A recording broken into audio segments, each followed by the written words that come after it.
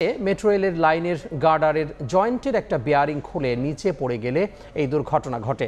রাজধানীর ফার্মগেট কৃষিবিদ ইনস্টিটিউটের সামনের ফুটপাতে ওই পথচারী হেঁটে যাবার সময় বেয়ারিংটি তার ওপর পড়লে তিনি ঘটনাস্থলে মারা যান। বেয়ারিং প্যাড বিশেষ ধরনের রাবার দিয়ে তৈরি উপাদান, যা পিয়ার ও ভায়াডাক্টের সংযোগস্থলে বসানো হয়।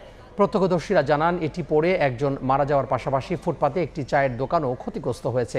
কৃষিবিদ ইনস্টিটিউটের পাশে এই ফুটপাত দিয়ে কিন্তু পথচারীরা যাতায়াত করছিলেন, কিন্তু আচমকা এই বিয়ারিং প্যাডটি পড়ে গিয়ে একজন পথচারী নিহতের ঘটনা ঘটেছে এবং দুইজন আহত হয়েছেন। আমরা যিনি নিহত হয়েছেন তার নাম পরিচয় জানতে পেরেছি। এখানে কিন্তু আমরা দেখতে পাচ্ছি যে ইতোমধ্যেই আইন শৃঙ্খলা রক্ষাকারী বাহিনীর সেনাবাহিনীর সদস্যরা উপস্থিত হয়েছেন এবং এই জায়গাটিতে কিন্তু যে বিভিন্ন প্রত্যক্ষদর্শীরা, উৎসুক জনতা ভিড় করেছেন। কিছুটা আতঙ্কের সৃষ্টি হয়েছে। আমরা যিনি নিহত হয়েছেন তার নাম পরিচয় জানতে পেরেছি।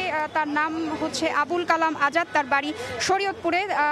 এখানে উপস্থিত হয়ে তেজগাঁও থানার ওসি যেটি নিশ্চিত করেছেন এবং তিনি বলেছেন যে তার পকেটে একটি পাসপোর্ট পাওয়া গিয়েছে এবং সেই পাসপোর্টটি দেখেই কিন্তু তারা তার পরিচয়টি নিশ্চিত করেছেন এবং ইতোমধ্যেই কিন্তু লাশ ময়নাতদন্তের জন্য মর্গে পাঠানো হয়েছে।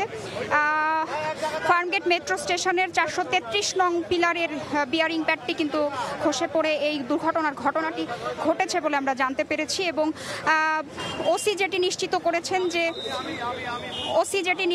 করেছেন যে এই বিয়ারিং প্যাডটি কিন্তু প্রায় 50 কেজি ওজনের ভারী একটি বিয়ারিং প্যাড, যেটি পড়ে গিয়ে কিন্তু এখানে এই ঘটনাটি ঘটেছে বলে ওসি আমাদেরকে জানিয়েছেন।